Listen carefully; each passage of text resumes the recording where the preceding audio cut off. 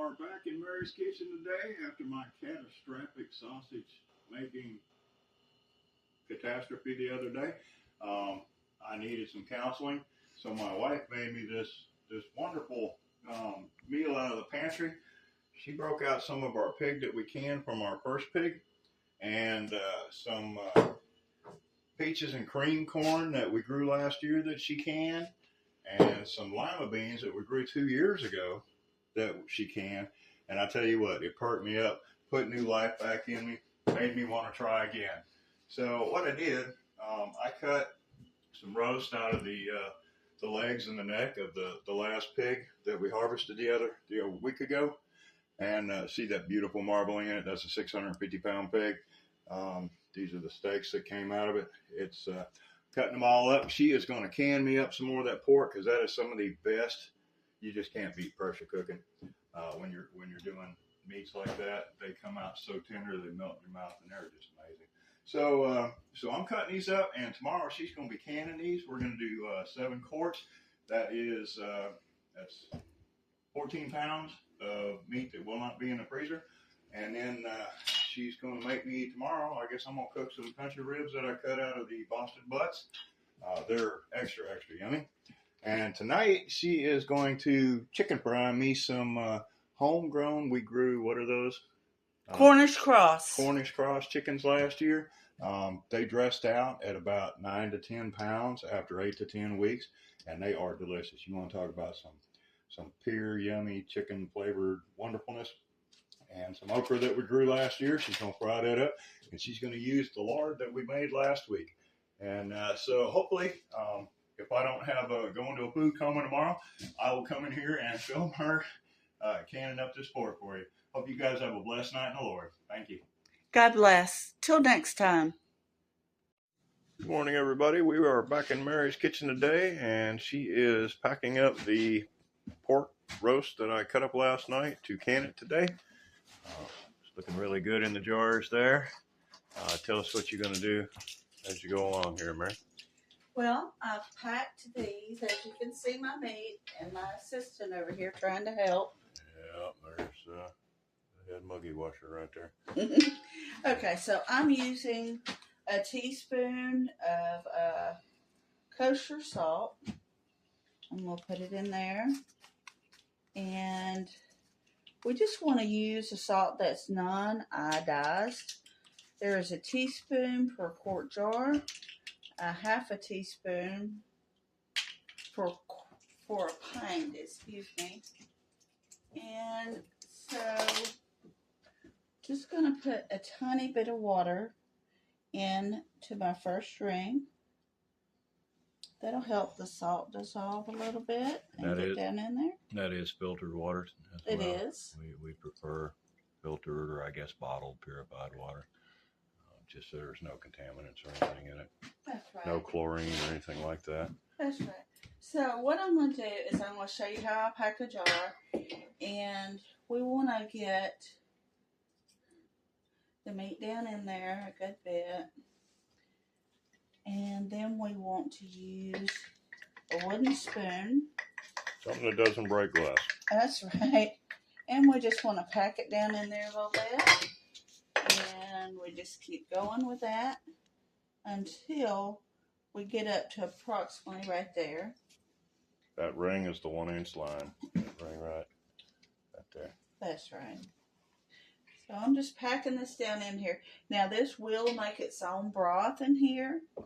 And as my husband has said, he does like the flavor of it.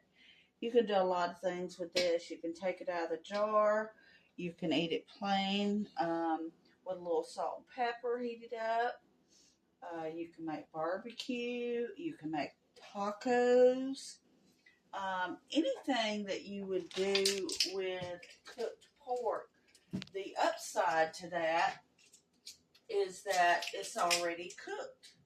So it's preserved and ready for you to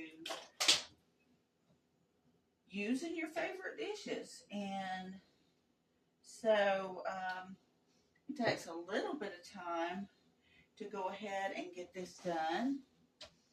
But the benefit to it is wonderful. It saves you time preparing your meals. It's preserved. It's out of the freezer. And that's where we are. I will get these 7. Okay, I want to add to it that pressure canning meat is like pressure cooking in an Instapot, and it absolutely tenderizes, marinates the juices inside of it. So it's some of the best meat I've ever had. Comes out tasting like prime roast. Actually, the canned pork tastes like prime pork, but when you use the Instapot, it comes out like a prime beef roast. Okay, and also I see over here that you are using some broth or something to make us some sausage gravy that we processed. I took some of our sausage we processed and we just browned that down. I'm going to add a little bit of flour and some cream and a little bit of pepper. Mm-hmm. And we will have that over our fresh homemade bread behind the kitty. And what's the Worcestershire for? Well, I do put Worcestershire in my gravy, and sometimes some of this browning seasoning that's kitchen bouquet. And it's just however you like to make your gravy. You can make a dark gravy, or you can make a white gravy.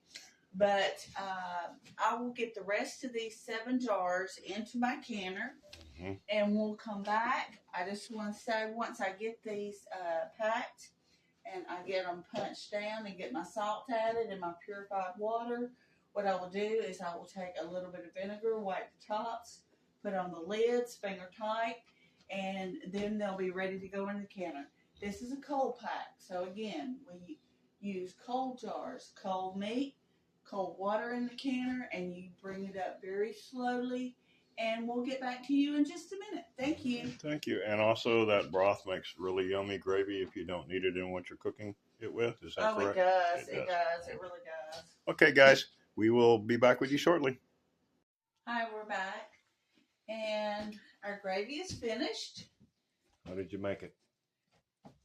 Well, I added cream after I browned my sausage, and flour, and Worcestershire, and some water, and cooked it all down till it became thick. And we have our pork in our canner.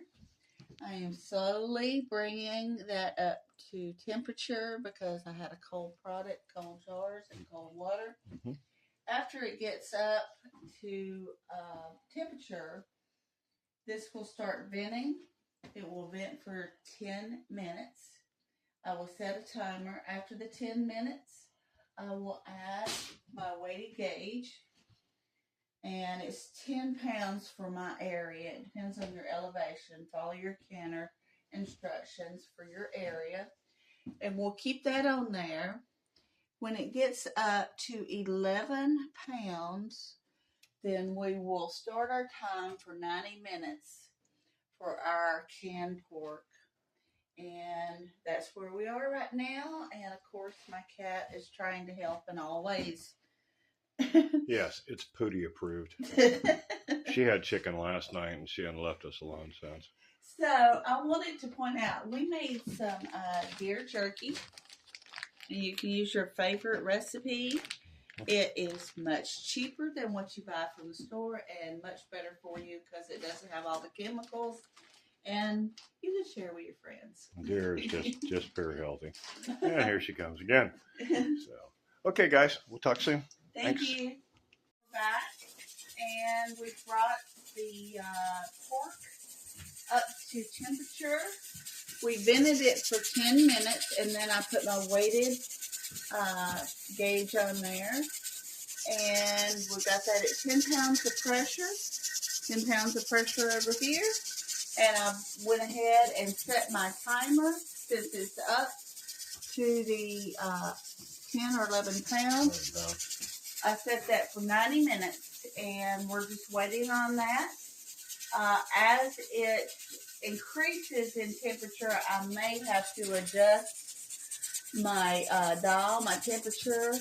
I usually keep lowering it down and finally wind up at about 4.5. It depends on your stove. but it will continue to heat up. And this is jiggling right now. It's perfect, but if it starts to jiggle frantically and this keeps going up in temperature, you definitely need to reduce the heat. But other than that, everything's going great. Thank you for your time today, and we'll be through in a few minutes and be back. And why do we use an all-American timer pressure cooker? Well, it's got a flat bottom, has a lifetime guarantee, it's heavy duty, and it holds 7 quarts, or I believe 17 pints if you double stack them. So I have thoroughly used this. As you can see, it's a little tarnished, but it's been a great canner. I really have enjoyed it. Yep, and if you have a glass top stove that you're cooking on, you definitely need the flat surface on the bottom. We had tried some other pressure cookers, and they have like a concave surface, so they don't transfer the heat very well. They work great for gas stoves, but not so much for glass top. So we'll be back shortly. Thank you so much. Thanks. Hi, I'm back, and the pork is done. It cooked for 90 minutes, and then I set my timer for an hour to give it time to cool off and decompress. And we've got it out here, 7 jars, and it looks like all of them are already sealed. They're still boiling. That is normal. And we'll just let this sit here till tomorrow. Then we'll take the rings off and we'll put down the shelves after we mark it. And that's pretty exciting to have that much pork sitting on the shelf. 14 pounds of yummy goodness. That's right. And I'm not sure when I'm going to can next, but we'll keep you updated. Thanks, and have a blessed day till next time. If y'all have any questions at all, please don't hesitate to leave them in the comments. Y'all have a blessed day. Good morning, everybody. I hope you're well today. I just wanted to sneak in here when Miss Mary wasn't in the kitchen and give her the kudos on a beautiful, beautiful batch of pork that she canned yesterday. This is 14 pounds of meat that will not go bad when the power goes out. You see how little space it would take up in your pantry. Took up a lot more space in the freezer. And, you know, if the power went out and you couldn't heat your food, you could open these jars and eat them right out of the jar. So it's a great way to preserve your meats for long-term storage. We've opened jars now that are at least 2 years old. Miss Mary she started canning probably close to 3 years ago. And she was intimidated at first, and I did a lot of YouTubing. I learned how to do it. I did a couple of batches to show her that if I can do it, anybody can. She took the canner away from me, and she has probably canned over 1,000 jars now. And yes, she's always here. But this is one of the pantries that I built for her this year. You see, that's all meat in there. That's all deer meat. That's deer hamburger. She loves making pickles, and they are so good. The trick to pickles is there is a pickle crisp pill that you put in your jars that you can ask her about if you like. Keeps them crisp for years. We grew a bunch of green beans and yellow Cherokee snap beans, and she has a trick for keeping those nice and pretty as well. My grandma used to can, and we found stuff in her pantry that was 20 years old that was still edible. So our corn that we grew last year, our beans that we grew the year before. Last year we didn't have any pollinators, so our lima beans did not produce, even though they were beautiful plants. She pickles okra, making any broth that we have left over. It's very nutritious, full of vitamins. You know, if you have to do ramen noodles and you have nothing else to put in it, that broth is amazing. Pickled eggs,